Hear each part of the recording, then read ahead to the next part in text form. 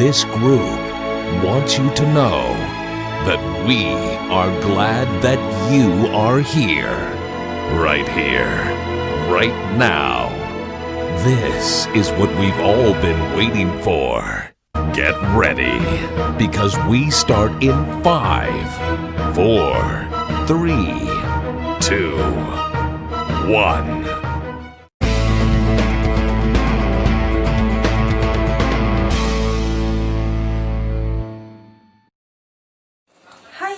Senang sekali kita dapat bertemu dalam ibadah online kita hari ini. Mari kita memuji dan menyembah Tuhan dengan segenap hati kita. Tuhan Yesus memberkati. Shalom apa kabarnya pada malam hari ini, Yud?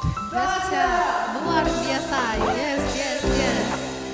Yang dahsyat dan percaya, kita sama-sama yakin bahwa Tuhan kita, Yesus Kristus adalah Tuhan yang ajaib, amin? Amin. Yang semua yang yakin dan percaya, mari sama-sama kita sorakan haleluya. Sama-sama kita memuji Tuhan pada malam hari ini.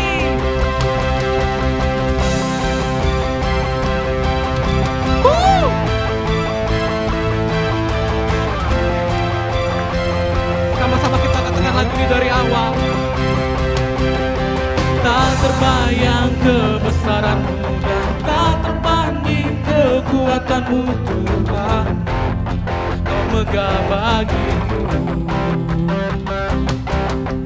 Segenap jiwa dan pengharapan telah ku serahkan untuk rencana-Mu Tuhan. Kau Raja atasku.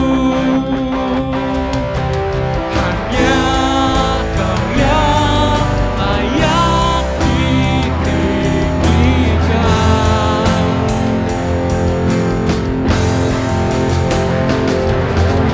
Ajaib Kau Tuhan, agung dan perkasa.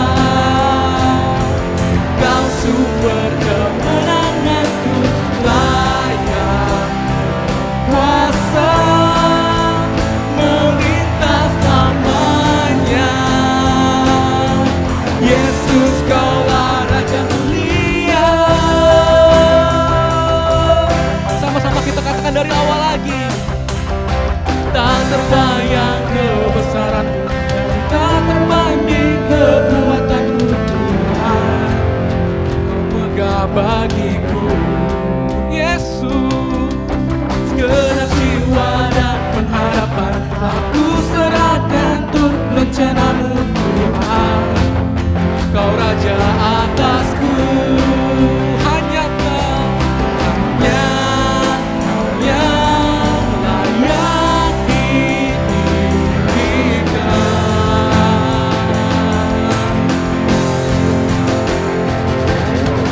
Ajaib Kau Tuhan, agung dan perkasa.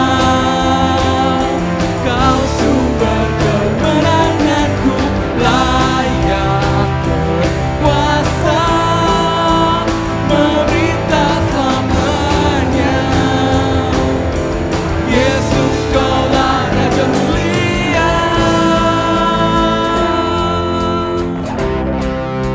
Sama-sama kita bertepuk tangan untuk Tuhan kita yang dahsyat, Tuhan yang ajaib, amin. 1, 2, 3, go.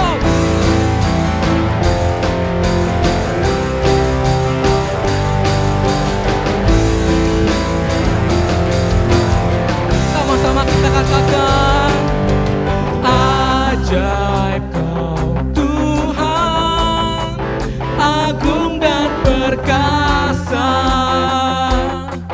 Kau sumber kemenanganku, layak berkuasa memerintah selamanya.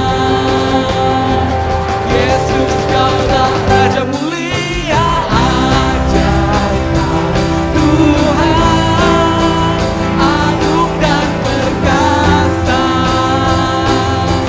Kau sumber kemenanganku, layak berkuasa memerintah selamanya.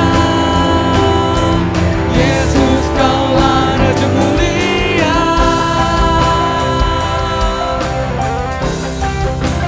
Raja mulia.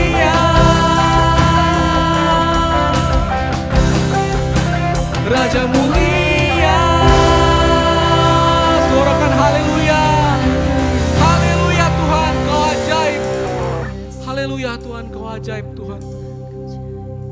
Ya Allah Tuhan, Kau benar-benar ajaib Tuhan. Kami ingin Tuhan pada malam hari ini Tuhan, kami ingin mengambil waktu kita untuk menyembah-Mu Tuhan. Kami ingin mengiring-Mu Tuhan seumur hidup kami Tuhan. Kami rindu berada di dalam dekapan-Mu. Teman-teman, marilah pada beberapa waktu ke depan kita ambil waktu ini. Mari sama-sama kita ucapkan syukur kepada Tuhan. Sama-sama kita bawakan lagu ini. Kekuatan di jiwaku, ketenangan di batinku,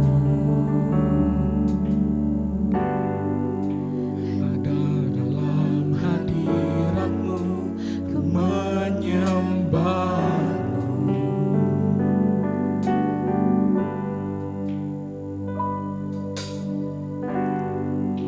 Tersungkur ku di kaki-Mu, rasakan hadirat-Mu.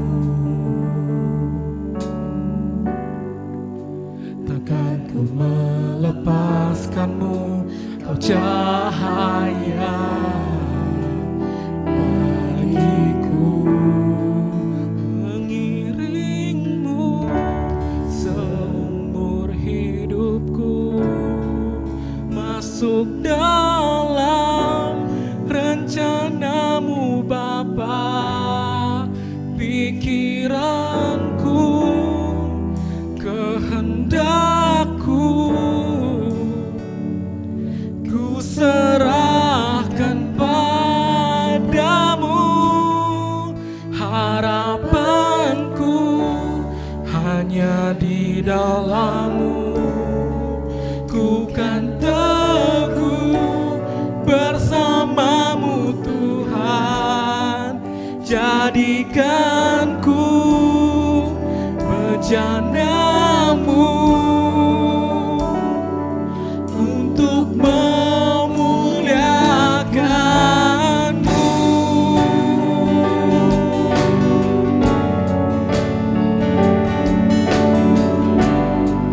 Sama-sama mulai kita dari awal, tersungkur di kaki-Mu. Sentuhku di kaki-Mu,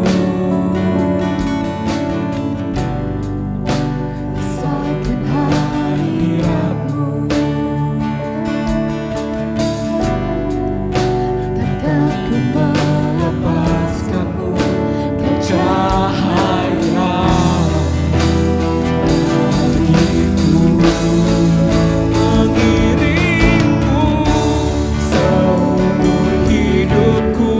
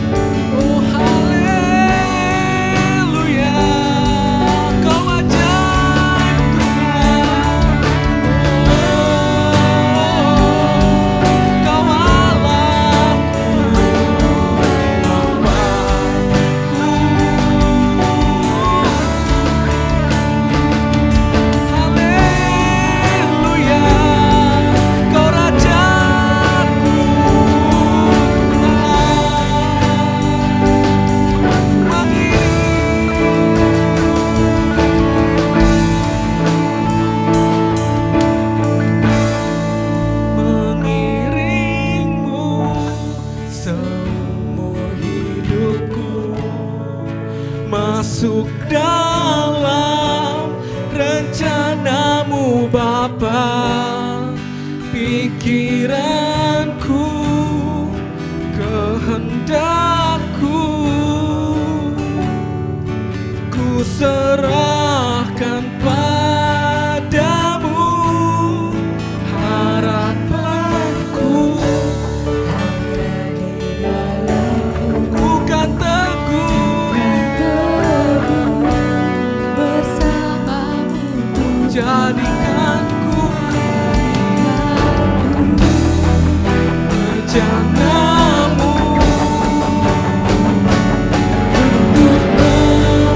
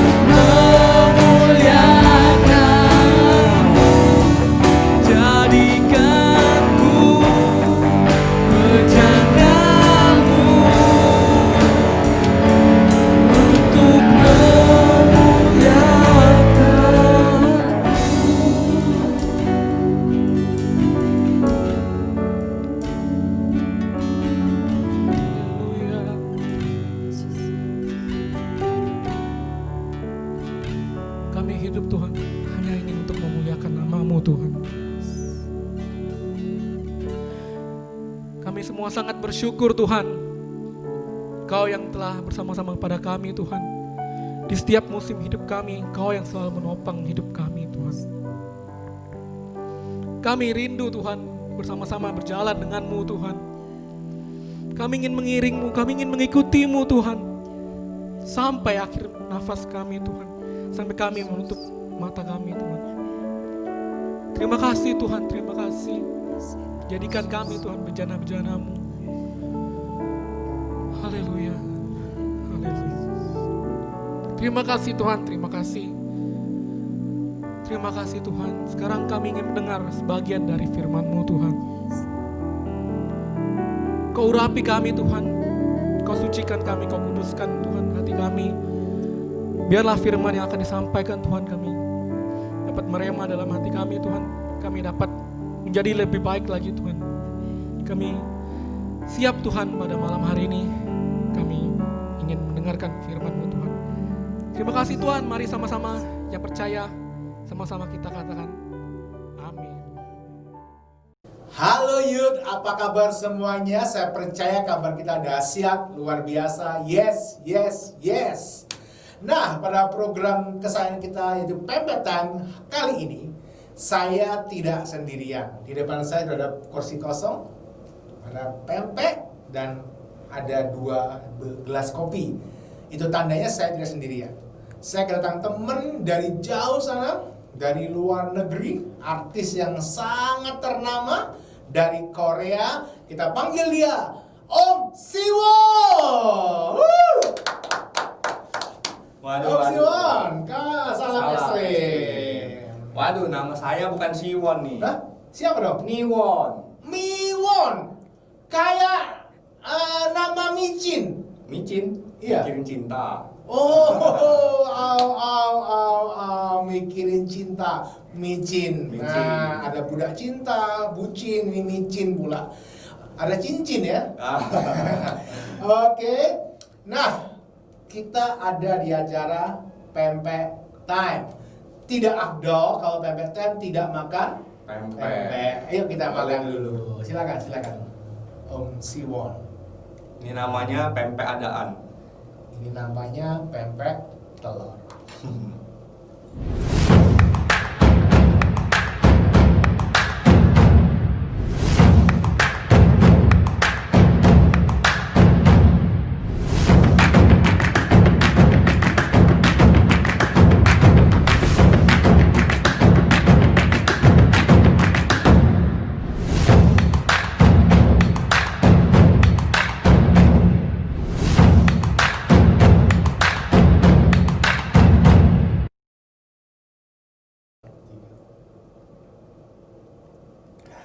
Oke, guys, pada Pempek Time seri ketiga hari ini kita temanya Road to Harnas Youth.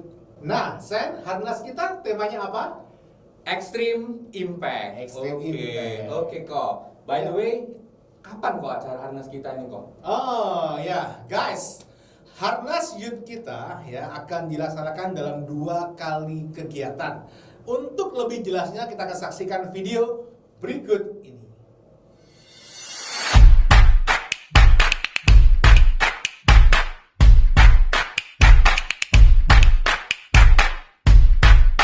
Tuhan Yesus berkata, mengapa kamu begitu takut? Mengapa kamu tidak percaya? Sesungguhnya tidak ada yang perlu kau takutkan ketika aku ada bersamamu.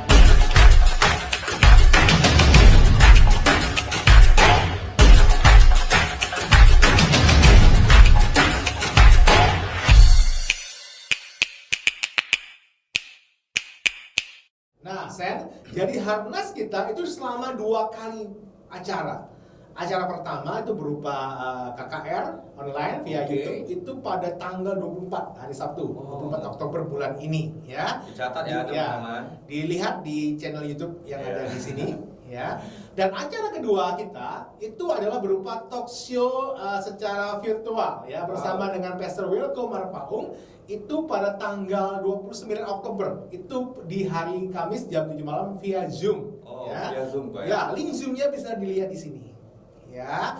Dan pastikan Sandy ajak teman-teman semuanya se-Korea, sekampung, pokoknya semuanya diajak di acara ini YouTube dan juga Zoom. Pastikan kita akan menjadi generasi-generasi yang Oke, ekstrim. ekstrim. Oke kok, siap kok. Nanti saya ajak teman-teman saya opa-opa dari Korea itu kok ya. Oke, asal opa Korea ya, jangan Iya. opa-opa yang sudah 70-80 tahun jangan ya nggak cocok ya. Bukan, tenang Iya. saja. Oke, sip. Oke, kok mengenai hal-hal yang ekstrim, sekarang saya punya tayangan video yang sangat ekstrim sekali nih. Wow. Boleh kita saksikan? Boleh. Oke, silakan.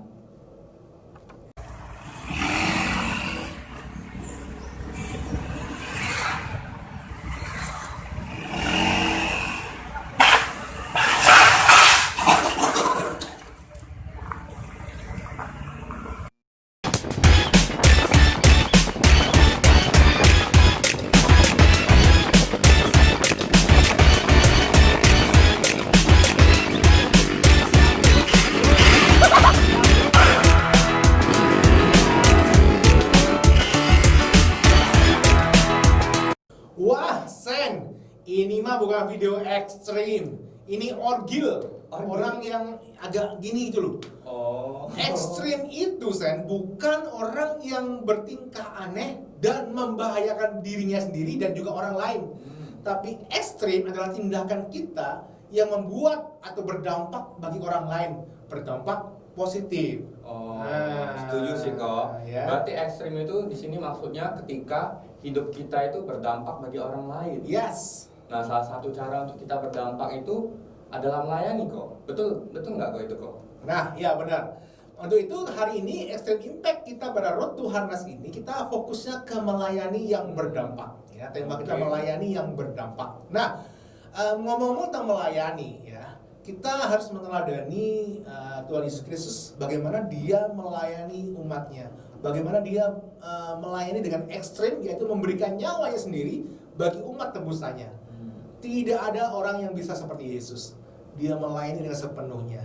Nah, untuk itu youth dimanapun kita berada, ya, dimanapun kita berada di sekolah, di kampus, di tempat kerja, di mall, di jalan, hidup kita adalah hidup yang melayani.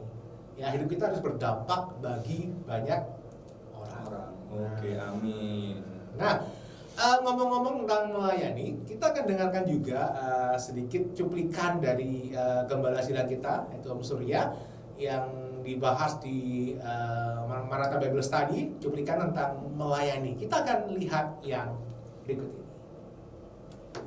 Nah, saudara, setiap jemaat yang sudah terima Tuhan, saudara dipanggil untuk melayani. Jadi kalau engkau lihat di dalam Roma 12 ayat 3 sampai 8, 1 Korintus 12 1 sampai 30, saudara, Paulus dengan teliti menjelaskan suatu kebenaran penting tentang aneka ragam pelayanan. Jadi saudara, pelayanan itu bukan satu, bukan dalam gedung, bukan. Aku dalam gedung nyambut tamu, itu pelayanan. Itu memang betul, tetapi itu dalam gedung. Tetapi kalau engkau lihat adalah pelayanan yang sebetulnya adalah di luar gedung gereja. Pelayanan saudara di luar gedung gereja. Ketika engkau berdagang, engkau daganglah seperti di dalam gereja. Yaitu engkau dagang jangan nipu. Nah, kita mesti pelayanan itu di luar. Jadi mereka bisa lihat, oh ini orang Kristen ya. Oh dia ini orang Kristen nih, jalan benar dia ini. Ini jalannya benar, bisa dipercayai. Kita menjadi berkat. Jadi sekali lagi saudara, pelayanan jumlahnya banyak. Ada ratusan jenis pelayanan. Engkau bisa memberi makanan, tadi itu ada pelayanan pada orang lain di luar gedung gereja. Nah jadi saudara, inilah pelayanan tadi itu. Nah mereka hari ini nih, sebetulnya hari ini dunia pengen melihat siapakah Yesus, di manakah Yesus. Bisakah engkau katakan dalam hatimu, kalau engkau mau lihat Yesus, lihat aku. Kalau kamu mau melihat Tuhan Yesus, lihat aku. Bisa berani ngomong begitu enggak? Memang ayat firman Tuhan mengatakan kita menjadi contoh, kita menjadi teladan di dalam masyarakat. Bisa katakan amin.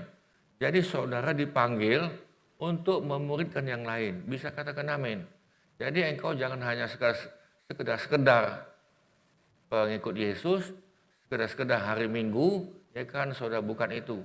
Apalagi pada hari ini kan kita banyaklah tidak dalam gedung, di luaran. Nah di luaran mereka mau lihat siapakah saudara sebetulnya.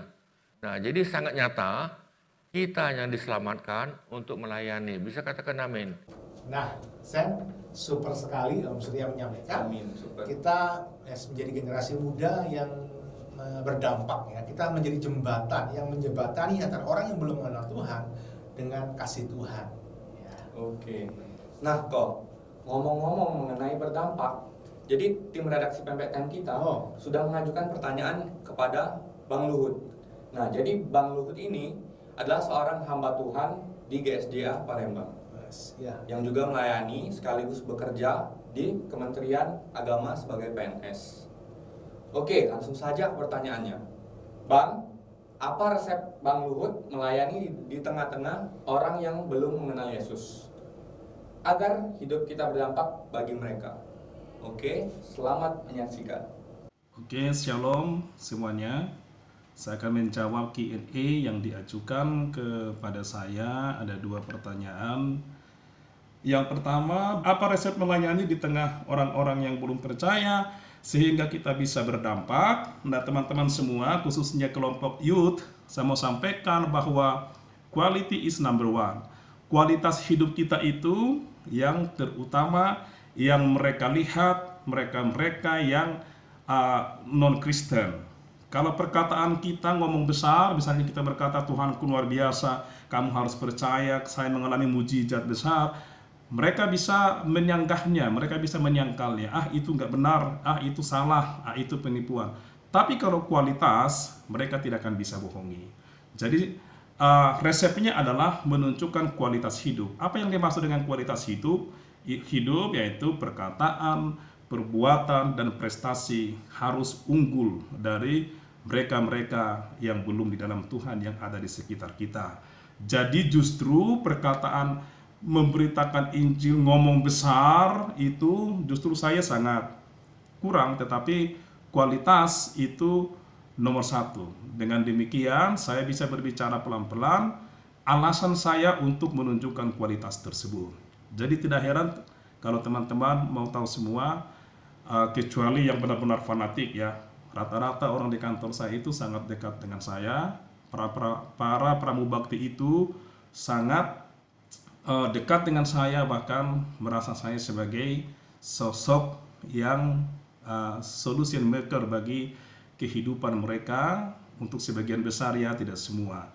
Jadi resepnya adalah selain kita membawa mereka dalam doa, karena memang kita peduli amanat agung, kita ada di sana sebagai garam dan terang dunia, resep yang paling tidak kalah ampuhnya lagi adalah dengan menunjukkan kualitas hidup di tengah-tengah mereka. Mereka harus kita ungguli, kita harus lebih unggul dari mereka, tanpa harus sombong, tanpa harus menonjolkan diri, tetapi fakta akan berbicara bahwa pribadi itu, orang tersebut berkualitas, dibutuhkan menjadi solution maker, sehingga apapun yang kita katakan, mereka akan, pada umumnya mereka akan mengiyakan minimal di dalam hati. Sen, luar biasa. Quality is number one. Wah, quality is number one. Jadi kamu kalau mau milih micin juga harus number one ya, jangan sembarangan micin ya. Iya, mikirin cinta harus number one. Benar. Ya, tadi Bang Luhut membahas dengan luar biasa teman-teman. Kalau kita mau berdampak bagi orang-orang yang di luar sana yang belum mengenal Tuhan, kita harus memastikan hidup kita apa? Berkualitas. Nah, berikutnya kita mau tanya juga sama Bang Luhut. Bang, kenapa sih Bang Luhut kan sudah jadi pendeta tuh, udah jadi hamba Tuhan, udah buka penitisan, kok masih mau bekerja sebagai PNS? Nah, kenapa sih Bang? Bisakah Bang Luhut menceritakan kepada kami semua? Oke, kita lihat jawaban dari Bang Luhut. Bagi saya bekerja sebagai PNS itu sebatas sebuah pekerjaan yang menopang panggilan saya sebagai seorang yang melayani.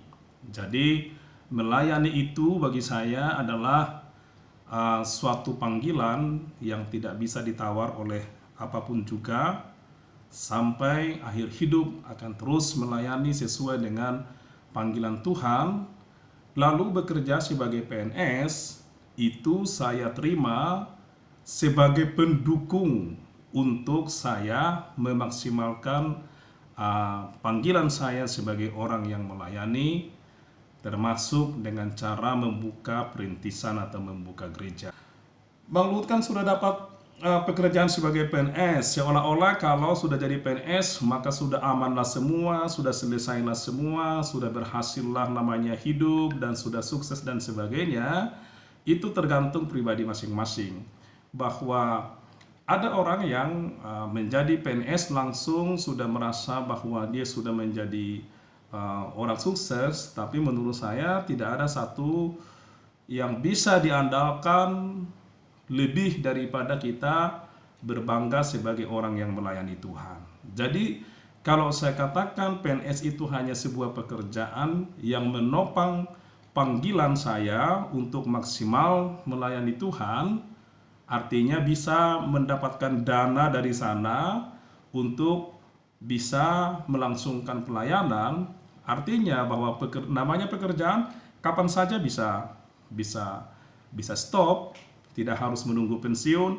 Kalau bagi saya, kalau Tuhan suruh berhenti sebagai PNS, mungkin karena jemaat sudah ratusan, itu tanpa pikir panjang saya akan berhenti. Karena tujuan utama saya adalah menopang pelayanan. Ketika di pelayanan perintisan saya mungkin jemaat sudah ratusan, kesibukan sudah sangat besar, maka PNS-nya kita akan tinggal. Tetapi bukan ngesok, tidak buru-buru juga ngomong seperti itu. Kalau Tuhan izinkan sampai pensiun di sana, itu tetap kita akan layani, karena di sana juga kebetulan adalah pelayanan Kristen, bukan PNS seperti guru biologi atau guru sejarah, tapi di Bimas Kristen itu juga yang sama dengan pelayanan seperti yang dilakukan di gereja. Hanya saja kalau di Bimas Kristen Kementerian Agama itu yang kita layani semua gereja tanpa pandang denominasi satu provinsi. Jadi teman-teman semua, bukan repot-repot melayani bahkan membuka gereja, tapi karena itu sebuah panggilan. Nah, namanya panggilan kita harus bertanggungjawabkan apapun ceritanya.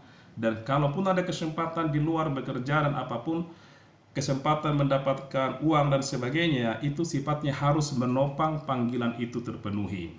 Jadi saya bukan PNS yang sambil pendeta, tapi saya adalah pendeta yang juga bekerja sebagai PNS. Jadi kalau orang tanya biasanya ke saya, pekerjaannya apa sih? Saya tidak katakan PNS, saya hamba Tuhan, saya pendeta yang juga bekerja sebagai PNS menopang kependetaan tadi itu.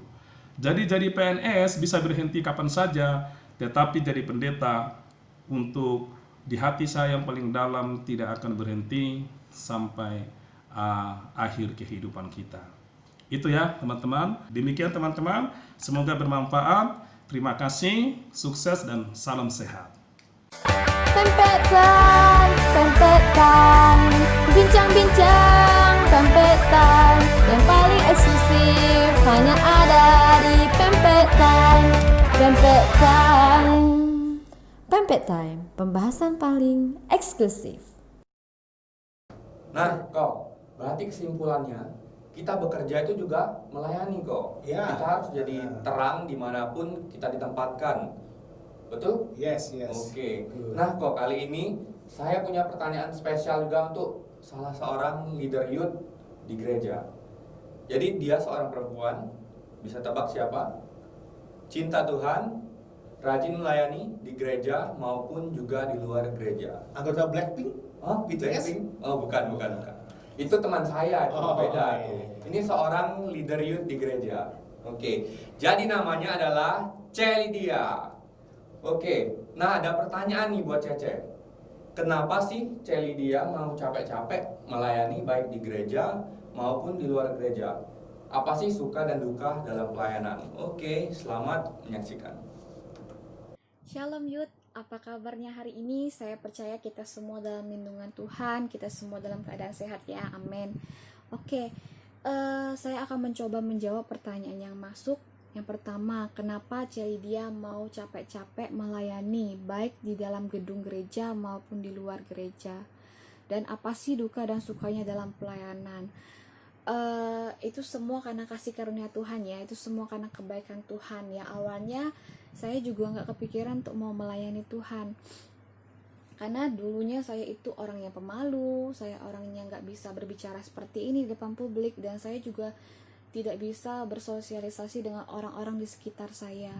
Jadi suatu ketika saya benar-benar diubahkan oleh Tuhan, hidup saya dipulihkan oleh Tuhan, dijamah oleh Tuhan, sehingga hidup saya berubah 180 derajat.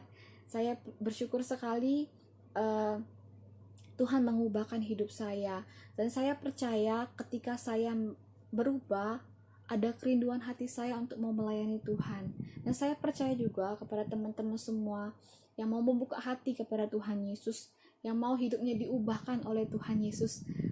Pasti teman-teman semua juga mempunyai kerinduan untuk mau melayani Tuhan.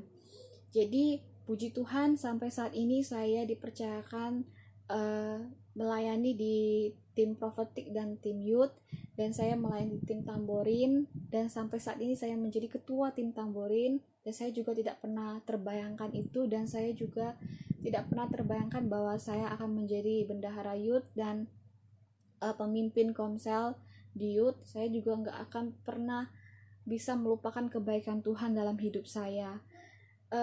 Tuhan membuat kita menjadi pemimpin, menjadi kepala dan bukan ekor, itu sangat nyata dan benar sekali dalam hidup saya. Dan saya juga tahu bahwa kita melayani Tuhan bukan hanya di dalam gedung gereja, tapi kita juga melayani Tuhan di luar gereja, baik di orang-orang di sekitar kita, di sekolah, di tempat kuliah kita, di kampus kita, di tempat kerja kita. Jadi biar kita juga dapat menjadi dampak bagi orang-orang di sekitar kita, melalui tingkah laku kita, melalui perbuatan kita, perkataan kita, biar mereka tuh dapat melihat kita bahwa ada Tuhan Yesus loh dalam hidup kita, ada perubahan hidup yang Tuhan berikan pada hidup kita. Jadi kita jangan pernah mau dikalahkan oleh iblis, kita mau dimenangkan oleh Tuhan Yesus. Jadi kita benar-benar mau melayani Tuhan hanya untuk Tuhan Yesus kayak gitu. Dan yang pertanyaan kedua ya, apa sih duka dan sukanya dalam pelayanan? Banyak ya sukanya itu kalau dalam pelayanan anak muda ya. Kalau dalam pelayanan anak muda saya bisa berbagi bersama dengan mereka, sharing satu sama lain, bernyanyi bersama, mendoakan bersama, menguatkan satu sama lain. Jadi kita sebagai pelayannya Tuhan, kita harus siap dimanapun dan kapanpun di lapangan sekalipun kita harus siap apapun yang terjadi itu, karena saya percaya di dalam ayat ini, ayat yang paling saya rema itu di 1 Korintus 15 ayat 58. Karena itu saudara-saudaraku yang kekasih, berdirilah teguh, jangan goyah, dan giatlah selalu dalam pekerjaan Tuhan, sebab kamu tahu bahwa dalam persekutuan dengan Tuhan jerih payahmu tidak akan sia-sia. Puji Tuhan, amin. Ya, dalam setiap kita pelayanan apapun, yang penting kita melayani dengan segenap hati kita taat dengan firman Tuhan, kita setia, kita pasti dituntun oleh Tuhan apapun itu. Kita harus ada bayar waktu, bayar tenaga, uang sekalipun untuk anak-anak muda, untuk teman-teman kita di sekitar kita. Kita harus tetap setia kepada pekerjaan Tuhan.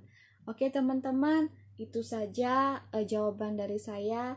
Semoga jawaban ini dapat memberkati kita semua, anak-anak muda. Saya berpesan kepada teman-teman semua, ketika hidup kita diubahkan, jangan pernah kita menutup diri. Kita harus membuka diri kita untuk Tuhan, dan ketika kita membuka diri kepada Tuhan, maka kerinduan hati kita untuk mau melayani Tuhan akan terus berapi-api dan terus berkobar-kobar. Terima kasih teman-teman. Semoga jawaban ini dapat memberkati teman-teman semua. Tuhan Yesus memberkati ya. Wow, luar biasa ya si Lydia tadi. Dia salah satu leader di youth. Nah, sekarang saya mau nanya ke leadernya teens, anak-anak remaja, yaitu Sandy ya. Sandy. Sekarang nanya sama kamu nih. Oke. Nah, Sen, kalau kamu kenapa kamu mau melayani Tuhan, baik itu di musik, di panggung, bahkan di luaran juga kamu melayani untuk anak-anak remaja? Kan lebih enak tuh kalau kamu menikmati aja. Anak muda kan enaknya santai-santai. Kenapa kamu mau capek-capek melayani? Oke. Jadi gini teman-teman, mengapa saya mau melayani baik di musik maupun di teens? Jadi pertama-tama itu saya selalu lihat teladan saya itu, bahkan teladan kita itu adalah Tuhan Yesus itu sendiri. Jadi Tuhan Yesus itu turun ke dunia itu sebagai pelayan, untuk melayani, bukan ingin dilayani tetapi harus melayani. Nah, dari situ saya lihat Tuhan kita yang besar saja itu melayani sesamanya, melayani umat. Mengapa saya tidak melayani seperti itu? Lalu saya juga ingat sewaktu saya SMA itu, saya itu juga dilayani oleh pembina-pembina kita, pembina-pembina di youth. Dari situ ada suatu hal yang merubah hidup saya. Dari pelayanan-pelayanan pembina saya itu merasakan perubahan dalam hidup saya, termasuk dari cara bergaul. Jadi mungkin kalau saya waktu itu tidak dilayani oleh pembina-pembina kita kok, mungkin pergaulan saya itu sudah salah seperti itu, sudah kemana-mana gak jelas seperti itu. Tapi bersyukur saya waktu itu, saya ingat waktu SMA itu saya dilayani oleh pembina-pembina kita seperti Ko JP, Ko Untung waktu itu. Jadi saya itu punya pemahaman tentang pergaulan yang lebih baik seperti itu, bergaul dengan orang-orang yang benar, orang-orang yang sama-sama ingin hidupnya itu menjadi lebih baik, orang-orang yang ingin melayani Tuhan juga di gereja, seperti itu. Wah, berarti melalui pelayanan para pembina membuat dampak yang besar dalam hidup Sandy, dan Sandy sendiri sekarang pengen juga melalui hidup Sandy berdampak ya, extreme impact buat generasi-generasi selanjutnya. Wah, jadi, luar biasa. Jadi setelah yang saya alami berbagai hal itu, saya juga ingin melayani adik-adik yang di bawah saya seperti itu, agar juga merasakan dampak yang sudah saya rasakan seperti itu kok. Oke, super sekali. Nah, luar biasa ya teman-teman. Nah, di Pempek Time kali ini juga kita akan mendengarkan sebuah jawaban ya dari pertanyaan yang kita ajukan kepada dua orang teman kita di gereja. Dua orang teman ini luar biasa menurut saya. Ya, kalau orang melayani itu biasanya sukanya di depan, di atas panggung, nyanyi, main musik lah, kesaksian lah. Tapi dua orang ini luar biasa, dia melayani dengan setia di belakang. panggung. Di belakang panggung. Nah, dia sukanya ngutik-ngutik kabel, solder kabel yang putus, ngatur sound system ya. Jarang dapat pujian, tapi kalau ada suara jelek, kabel putus, dia yang kena marah. Tapi dua orang ini setia melayani. Nah, kita akan dengarkan kedua orang teman kita ini ya, namanya adalah Bro Owen ya, Ko Owen dan juga Bro Peter ya, Ko Peter. Dua orang ini akan menyampaikan jawabannya. Kenapa kalian mau melayani pelayanan di belakang panggung yang tidak dilirik orang? Ya, selamat menyaksikan. Shalom teman-teman. Saya akan menjawab pertanyaan dari tim Pempek Time, yaitu mengapa saya mau melayani di bidang sound yang notabene dengan capek dan jarang dipuji orang. Pertama-tama, saya melayani di bidang sound bukan karena saya memiliki kemampuan atau skill di bidang sound, tetapi karena saya memiliki kerinduan dan kemauan untuk melayani Tuhan. Pada saat saya ini pun, saya masih belajar bagaimana saya dapat memaksimalkan pelayanan saya. Dan saya berprinsip bahwa saya melayani adalah melayani Tuhan, bukan untuk manusia. Jadi saya melakukan pelayanan terkadang di belakang layar maupun tidak dilihat orang. Dan saya tidak masalah, karena saya melayani adalah melayani Raja di atas segala Raja, Tuhan di atas segala Tuhan, Tuhan yang benar, Tuhan yang hidup. Sehingga apapun yang saya kerjakan untuk pelayanan saya tidak masalah karena saya melayani Tuhan. Terima kasih. Halo Yud, selamat malam. Pada kesempatan kali ini saya dikasih kesempatan oleh Yud Pastor kita terus untuk sharing sedikit, dan juga pertanyaan dari Yud Pastor kita adalah mengapa saya mau capek-capek melayani di sound atau di belakang panggung, padahal itu kerjaan yang capek dan gak kelihatan oleh orang, terus jarang dipuji. Oke, pertanyaan yang pertama adalah kenapa saya mengambil bidang sound system atau di belakang panggung. Sebenarnya saya suka melayani di belakang panggung karena dulu saya pelayanannya pertama kali lighting, baru memegang soundman. Sound system itu seru, buat saya belajar banyak. Apalagi satu tim saya, Koko Owen yang selalu membantu saya, mengajarkan banyak hal. Puji Tuhan saya ngerasa senang, terus kayak Tuhan sertain di setiap pelayanan saya. Jadi apapun yang saya lakukan kayak ngerasa senang aja gitu main di sana. Apalagi kalau satu event misalnya Natal, saya lebih bisa fleksibel kemana aja, ngebantu nyupport acara di event itu agar misalnya membutuhkan sesuatu saya bisa cepat gerak gitu, agar semuanya berjalan dengan lancar. Pokoknya intinya senang aja ngelayan di situ, bisa ngebantu acara itu sampai selesai. Itu rasanya puji Tuhan senang banget. Terima kasih juga untuk Tuhan, untuk penyertaan Tuhan ya. Kalau kita ngelayanin pakai hati, pasti Tuhan sertain ya, yakin ya. Karena saya udah ngalamin itu. Terus mau secapek apapun itu, kayak pertanyaan kedua, padahal itu pelayanan yang capek.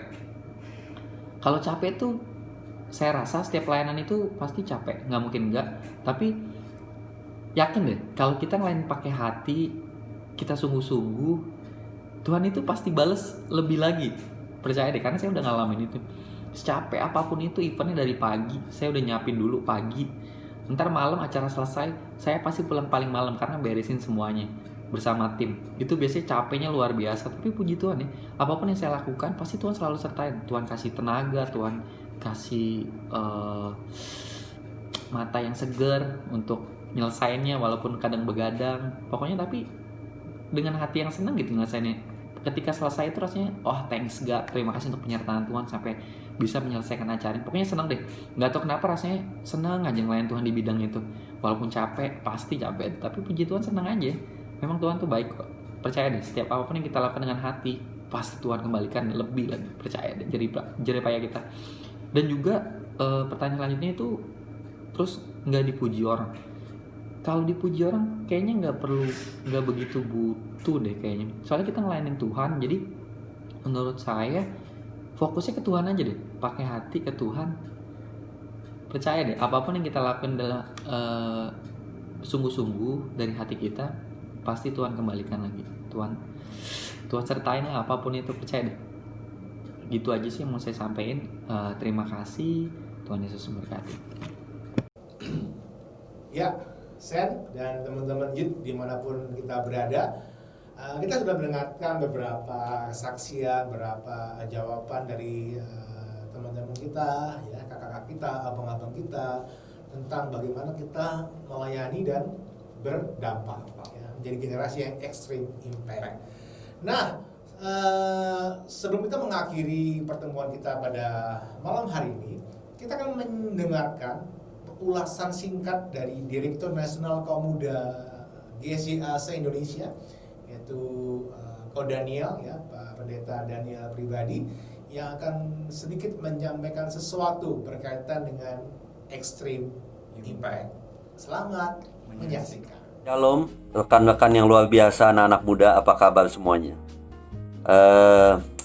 Mazmur 145 ayat 4 berkata, angkatan demi angkatan akan memegahkan pekerjaan-pekerjaanmu dan akan memberitakan keperkasaanmu. Angkatan demi angkatan, artinya setiap generasi itu akan dipakai Tuhan untuk memberitakan segala kekuatan dan keperkasaan Tuhan, memberitakan pekerjaan Tuhan.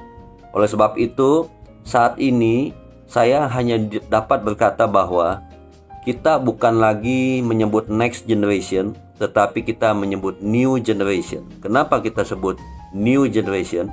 Karena angkatan saat ini adalah angkatan yang benar-benar harus kita siapkan, bukan lagi untuk next. Karena hari ini, generasi ini perlu untuk dijadikan alat untuk kemuliaan nama Tuhan. Oleh sebab itu, kita menyebut dengan tema tahun ini dan mungkin akan dilanjutkan menjadi tema tahun yang akan datang, yaitu tema Extreme Impact. Dan Extreme Impact artinya apa? Extreme adalah impact yang ekstrim. Kalau biasanya kita menjadi dampak, kita umumnya berdampak di mana kita melayani, yaitu di dalam gereja. Kita menjadi hamba-hamba Tuhan yang luar biasa, dipakai Tuhan ketika kita melayani di gereja. Tetapi extreme impact artinya apa? Artinya adalah berdampak di luar gereja, bukan hanya di dalam gereja. Tapi extreme artinya 24 jam dimanapun kita berada, selama every day, every hour, every minute, kita berdampak di keluarga, di pekerjaan, di sekolah kita. Kenapa? Karena I am the church. Saya adalah gereja Tuhan, di mana Roh Allah tinggal di dalam hidup saya. Saya adalah bait kudusnya Tuhan. Oleh sebab itu, extreme impact tujuannya adalah agar kita semua anak muda bukan hanya berdampak di dalam, tetapi juga berdampak di luar. 7x24 jam kehidupan kita, Roh Allah bersama dengan kita. Dan dengan demikian, extreme impact bukan hanya sekedar moto, bukan sekedar hanya istilah tema, tetapi menjadi lifestyle kita, menjadi gaya kehidupan kita. Untuk selanjutnya kita ingat bahwa Tuhan mau pakai kita dimanapun kita berada. Salam kegerakan seluruh anak muda di seluruh Indonesia. Tuhan Yesus memberkati. Amin. Super sekali, Sen. Super sekali. Ya, mari teman-teman, yuk dimanapun kita berada, kita mau menjadi generasi yang berdampak. Amin. Ya, dan extreme impact. Oke, nah kita akan akhiri Ibadah Youth online pada malam hari ini. Ya, Sen, kita mau berdoa. Kita mau doakan buat teman-teman dimanapun kau berada. Mari kita sama-sama berdoa. Terima kasih Tuhan, terima kasih. Mari teman-teman kita bersyukur buat malam hari ini. Kita boleh mendengarkan, kita boleh menyaksikan, kita boleh membahas bersama-sama tentang menjadi generasi yang berdampak. Bagaimana kita melayani Tuhan, melayani pekerjaan Tuhan, melayani generasi ini, melayani orang-orang di sekitar kita. Sama seperti Yesus datang untuk melayani dan bukan untuk dilayani. Terima kasih Tuhan, terima kasih. Saat ini saya mau mengajak setiap anak muda di mana kau berada. Kalau kau ingin dipakai Tuhan, kalau kau berkata Tuhan, aku hari ini mau bertobat, aku mau berubah. Kalau selama ini aku hidup bagi diriku sendiri, hari ini Tuhan, aku ambil keputusan, aku mau hidup berdampak bagi generasi, menjadi jembatan penghubung antara orang yang belum kenal Tuhan dengan Tuhan Yesus Kristus. Tuhan pakai setiap anak-anak muda yang hari ini menyaksikan program ini. Tuhan berkati, Tuhan urapi dengan kuasa Roh Kudus. Terima kasih Tuhan, terima kasih. Kami mengucap syukur buat malam hari ini. Biar terjadi kegerakan yang luar biasa. Amin. Generasi yang extreme impact dimulai dari setiap anak-anak youth yang menyaksikan program ini. Terima kasih Tuhan, terima kasih Bapak. Kami mengucap syukur buat malam hari ini. Kami bersyukur buat ibadah youth online malam hari ini.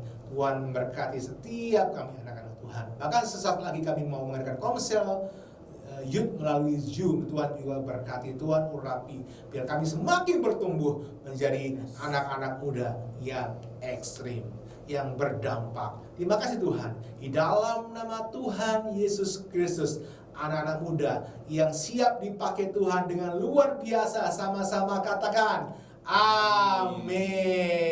Sampai ketemu di Komsel Youth via Zoom. Jangan lupa tanggal 24 dan tanggal 29 kita akan ada Harnas di YouTube dan di Zoom. Salam ekstrem. Oke.